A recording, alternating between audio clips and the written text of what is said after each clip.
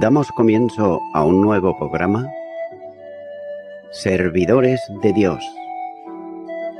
Quien te habla es Manuel Cornejo.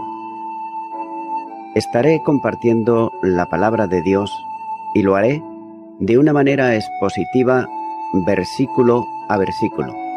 Y en esta ocasión será en la segunda carta a los Corintios, capítulo 3 y versículo 18, donde dice: Por tanto nosotros todos, mirando a cara descubierta como en un espejo la gloria del Señor, somos transformados de gloria en gloria, en la misma imagen, como por el Espíritu del Señor.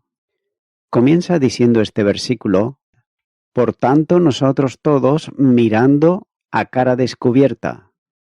El apóstol estuvo recordando que Moisés tenía que cubrir su rostro después de estar en la presencia gloriosa del Señor. Sin embargo, a todos los creyentes sin excepción, el velo de la ley le ha sido quitado y pueden ver, sin reserva alguna, la gloria del Señor. Esa gloria es la que se descubre como cuando se ve el rostro personal en un espejo.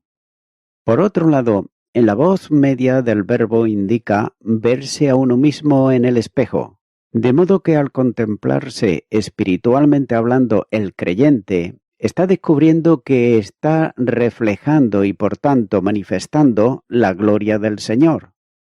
Mientras que en Moisés la gloria del Señor se desvanecía pronto, en los creyentes permanece y puede ser vista sin limitación alguna. La realidad es que Cristo refleja su gloria en las vidas de los cristianos y en cierta medida pueden ver a Jesús en cada uno. Los cristianos irradian la imagen del Señor, como señala la primera carta a los Corintios, capítulo 11 y versículo 7.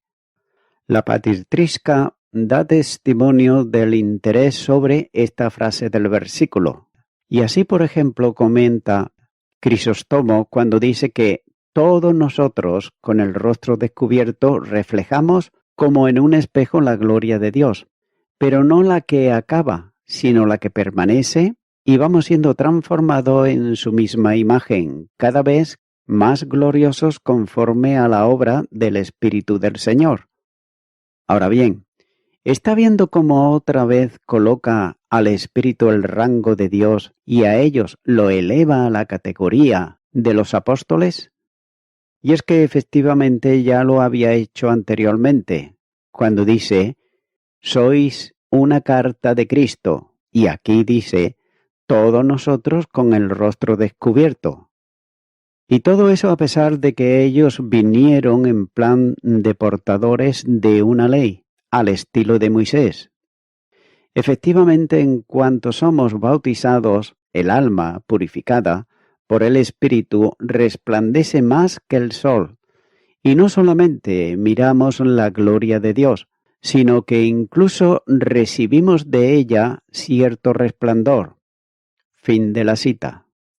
Sigue diciendo este versículo: como en un espejo, la gloria del Señor somos transformados.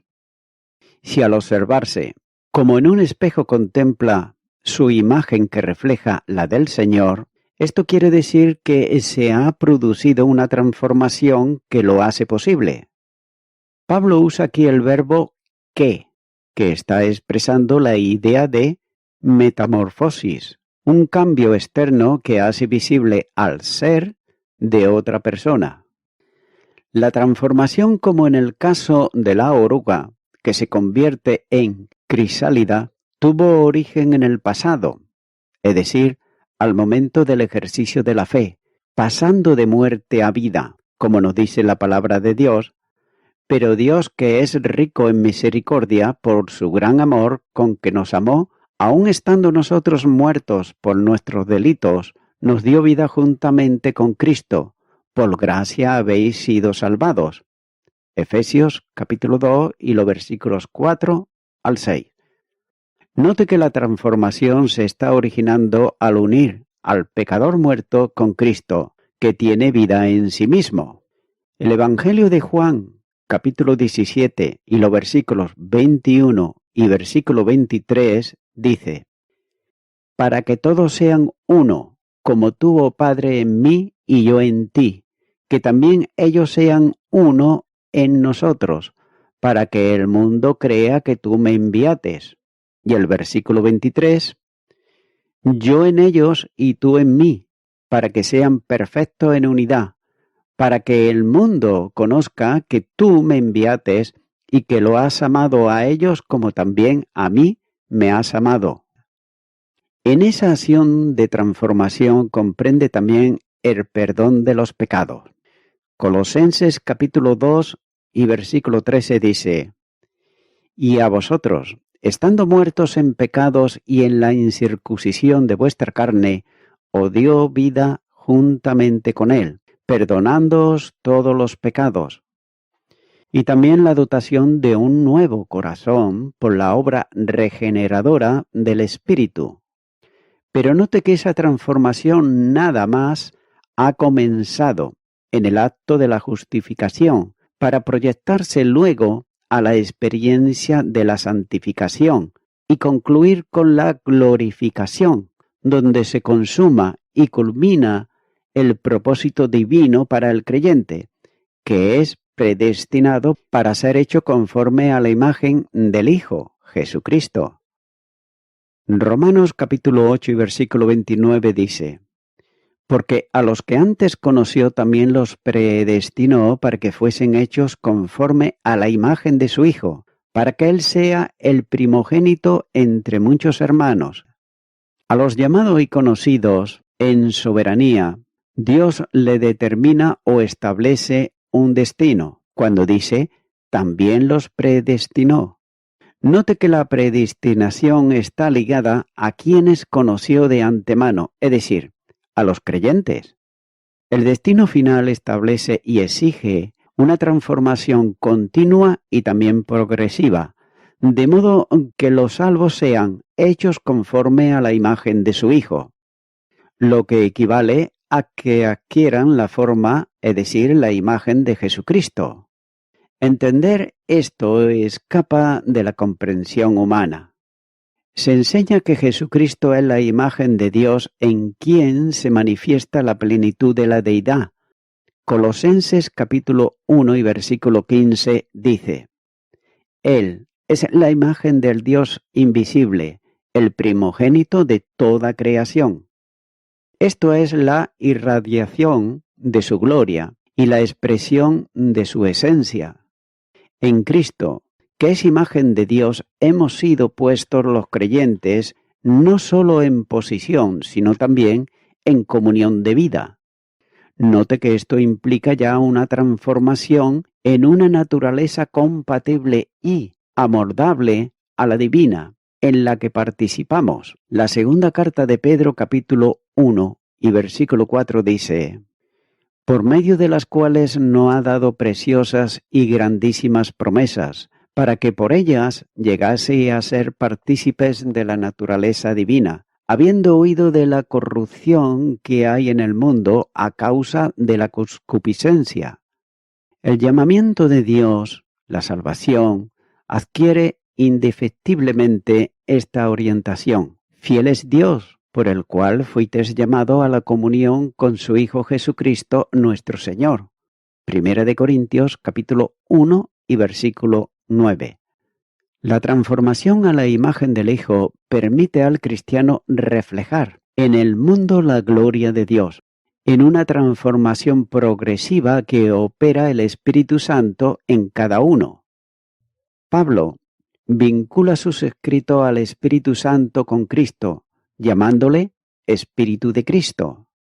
Note que este Santo Espíritu está presente en el cristiano, sin cuya presencia no hay salvación, porque no se puede ser de Cristo sin poseer su Espíritu, como así nos enseña Romanos capítulo 8 y versículo 9.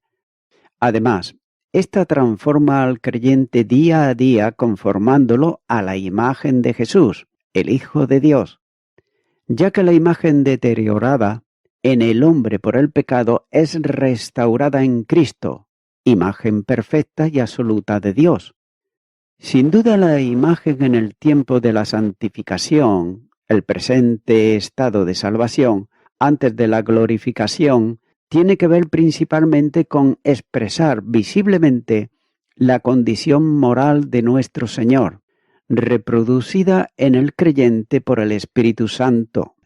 Gálatas capítulo 5 y los versículos 22 y 23 dice: Mas el fruto del Espíritu es amor, gozo, paz, paciencia, benignidad, bondad, fe, mansedumbre, templanza. Contra tales cosas no hay ley.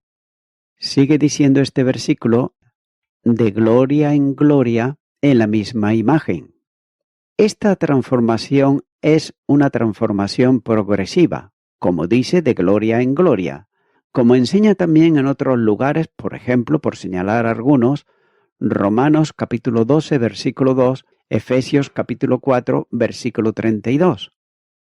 El propósito que establece la predestinación para aquellos a quienes Dios llama, es decir, de los salvos, alcanzará el objetivo final en la glorificación, en donde Dios transfigurará el cuerpo de los creyentes para que se conformen plenamente al cuerpo de la gloria de Jesucristo.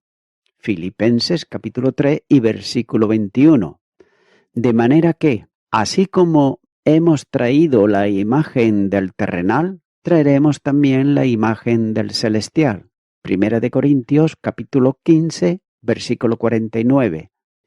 La transformación de gloria en gloria contrasta con una vida en la esfera de la perdición, de mal en mal. Sin embargo, la transformación se hace visiblemente real. Delante del creyente la imagen de Jesús. Los ojos de la fe permiten recibir claramente la imagen de Él, como nos dice Hebreos, capítulo 2 y versículo 2. Puesto los ojos en Jesús, el autor y consumador de la fe, el cual, por el gozo puesto delante de Él, sufrió la cruz, menospreciando el oprobio, y se sentó a la diestra del trono de Dios. Luego cada creyente se ve en el espejo de la Escritura y aprecia que se va pareciendo más a Jesús cada día. Sigue diciendo este versículo: como por el Espíritu del Señor. El agente divino que lleva a cabo la transformación es el Espíritu del Señor, ya que esta transformación es, en la práctica, la santificación experimental. Un modo de conducta consonante con la vocación a que cada creyente ha sido llamado. Efesios capítulo 4 y versículo 1 dice: Yo pues, preso en el Señor, os ruego que andéis como es digno de la vocación con que fuisteis llamados. El cambio transformador del Espíritu orienta al creyente a las cosas de arriba. Colosenses capítulo 3 y versículo 1 dice: Si pues habéis resucitado con Cristo, buscad las cosas de arriba, donde está Cristo sentado a la diestra de Dios. Esto está directamente vinculado al grado de redención del creyente a Dios. Romanos capítulo 2 y versículo 1 dice: Así que, hermanos, os ruego, por las misericordias de Dios, que presentéis vuestros cuerpos en sacrificio vivo, santo, agradable a Dios, que es vuestro culto racional. El cristiano liberado de la esclavitud del pecado se pone voluntariamente al servicio de Dios y asume el compromiso con todas las consecuencias. El Evangelio de Lucas, capítulo 14 y los versículos 26 y 27 dice: Si alguno viene a mí y no aborrece a su padre y madre y mujer e hijos y hermanos y hermanas y aún también su propia vida, no puede ser mi discípulo. Y al que no lleva su cruz y viene en pos de mí, no puede ser mi discípulo. El progreso de la acción del Espíritu concluye con la santificación final, ya que será una total y plena conformación a Cristo cumpliendo el propósito divino. Romanos capítulo 8 y versículo 29. El creyente entonces será como Él es. La primera carta de Juan capítulo 3 y versículo 2 dice: Amados, ahora somos hijos de Dios y aún no se ha manifestado lo que hemos de ser, pero sabemos que cuando Él se manifieste seremos semejantes a Él, porque le veremos tal como Él es. Mientras tanto, el progreso está en marcha. Note lo que dice la primera carta a los Tesalonicenses capítulo 5 y los versículos 22 y 23. Absteneos de toda especie de mal, y el mismo Dios de paz os santifique por completo, y todo vuestro ser, espíritu, alma y cuerpo, sea guardado irreprensible para la venida de nuestro Señor Jesucristo. La santificación experimental en la que el creyente es transformado de gloria en gloria. Requiere, por tanto, la acción del Espíritu Santo, ya que es imposible una victoria sobre los enemigos del cristiano sin la ayuda poderosa del Espíritu. Gálatas capítulo 5 y versículo 6 dice: porque en Cristo Jesús ni la circuncisión vale algo ni la incircuncisión, sino la fe que obra por el amor. El poder capacitador mora en el cristiano. Gálatas capítulo 5 y versículo 16 dice: digo pues, andad en el Espíritu y no satisfagáis los deseos de la carne. Y de igual modo, la santificación final será posible por la acción del Espíritu. Quien resucitó a Cristo de entre los muertos actuará también en el mismo sentido para la resurrección y glorificación del cristiano. Romanos capítulo 8 y versículo 11 dice: y si el espíritu de aquel que levantó de los muertos a Jesús mora en vosotros, el que levantó de los muertos a Cristo Jesús vivificará también vuestros cuerpos mortales por el espíritu que mora en vosotros. Continúa ahora con el capítulo 4 y versículo 1, donde dice: por lo cual, teniendo nosotros este ministerio según la misericordia que hemos recibido, no desmayamos. Comienza diciendo este versículo, por lo cual. Nota aquí la expresión que quiere decir por tanto, vinculada al texto con lo que antecede, en donde, a cesar de los muchos problemas y también dificultades en la obra, Dios cumple su propósito de transformar a los creyentes de gloria en gloria, sin que nada ni nadie pueda impedirlo, porque está establecido como determinación de su soberanía. Romanos capítulo 8 y versículo 29. Sigue diciendo este versículo: teniendo nosotros este ministerio. En una forma sencilla insiste en la defensa de su condición de apóstol, como consecuencia del ministerio que el don de apóstol sustenta. Estos derechos no son propios del apóstol, sino que le han sido dados por Dios mismo. Este ministerio obedece a cuanto expresó en el capítulo anterior, ya que Dios le había llamado y dotado para el servicio. Sigue diciendo este versículo: según la misericordia que hemos recibido. La posición de apóstol no se debe a valores personales, sino a la misericordia concedida o otorgada por Dios. Note que el don dado por el Espíritu Santo era una manifestación de la misericordia. Y esta misericordia divina en su vida estaba continuamente presente en el pensamiento de Pablo, ya que él reconocía que lo que había sido antes del encuentro con Cristo no le acreditaba como merecedor de algún favor divino, puesto que había sido blasfemo, perseguidor e injuriador. Y por esa misma causa había sido recibido tan solo por misericordia, como nos dice en la primera carta a Timoteo capítulo 1 y versículo 16, para que Jesucristo mostrase en mí el primero toda su clemencia, para ejemplo de los que habrían de creer en él para vida eterna. No sólo la recepción para salvación y la dotación de los dones del Espíritu, sino que en el ejercicio del ministerio se manifestaba también la misericordia de Dios. Esta segunda carta a los Corintios, capítulo 5 y versículo 18 dice: y todo esto proviene de Dios, quien nos reconcilió consigo mismo por Cristo y nos dio el ministerio de la reconciliación. Fue la gracia quien le hizo competente para hacer la obra de Dios. La segunda carta a los Corintios, capítulo 3, versículos 5 y 6, dice: no que seamos competentes por nosotros mismos para pensar algo como de nosotros mismos, sino que nuestra competencia proviene de Dios, el cual asimismo nos hizo ministros competentes de un nuevo pacto, no de la letra, sino del Espíritu, porque la letra mata, mas el Espíritu vivifica. Sigue diciendo este versículo: no desmayamos. Note que Pablo, consciente de esto, afirma que no siente miedo o debilidad para hacer el trabajo que le había sido encomendado.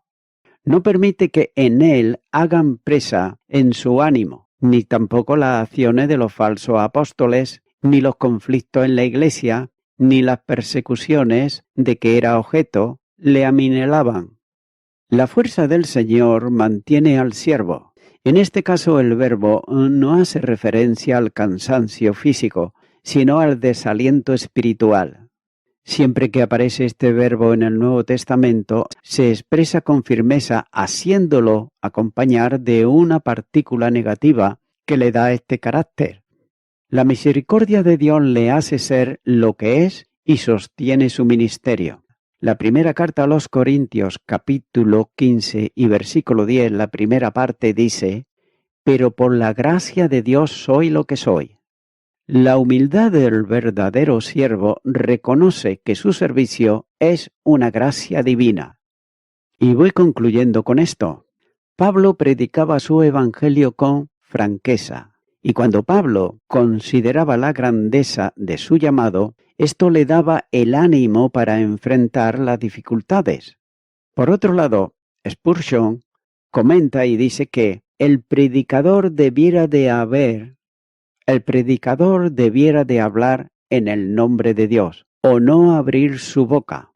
Hermanos míos, si el Señor no te ha enviado con un mensaje, vete a la cama, o a la escuela, o cuida tu granja, porque ¿qué importa lo que tengas que decir de ti mismo? Si el cielo te ha dado un mensaje, háblalo como aquel que es llamado a ser la boca de Dios.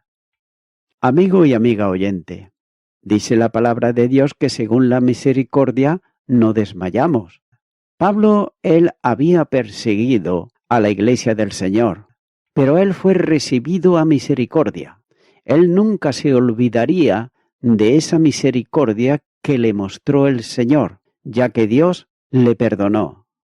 Es por eso que mi amigo y mi amiga oyente, la misericordia de Dios es como nos dice Romanos 5:8. Mas Dios muestra su amor para con nosotros en que siendo aún pecadores, Cristo murió por nosotros. Por tanto, si aún no has recibido la misericordia del Señor, si Dios no te ha mostrado su amor, tal vez no será porque no le has invitado nunca a que Cristo venga a tu corazón. ¿No piensas que ya es hora de abrir tu corazón e invitarle a que venga a ti y reconocerle como tu único Salvador?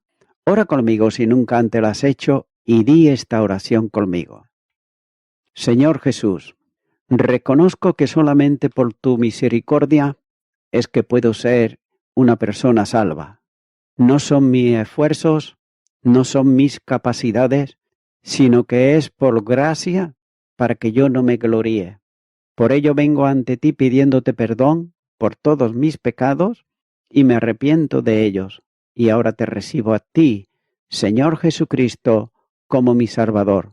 A ti entrego todo mi ser, cuerpo, alma y espíritu. En tu nombre, amén.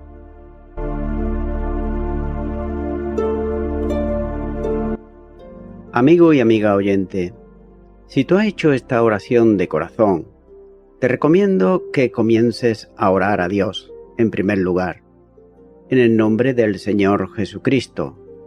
Orar a Dios no es rezar, sino que es hablar con una persona. También te recomiendo que leas la palabra de Dios y lo hagas a diario.